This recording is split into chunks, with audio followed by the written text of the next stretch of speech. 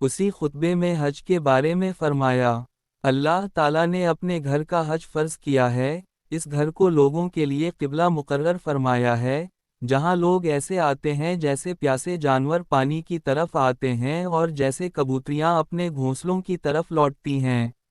اللہ تعالیٰ، جو بلند و برتر ہے، نے اس کو اپنی عظمت کے سامنے بندے کی عاجزی کی علامت اور اپنی عزت کے اقرار کی نشانی بنایا ہے۔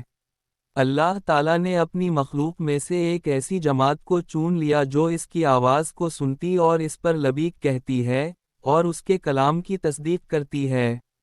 وہ انبیاء کے مقام پر فائز ہوئے، اور ان فرشتوں سے مشابہ ہوئے جو عرش کے گرد گھومتے ہیں۔ انہوں نے اپنی عبادت کے بازار میں نفع کمایا اور اپنے وعدہ شدہ مقام مغفرت کی طرف آگے بڑھے۔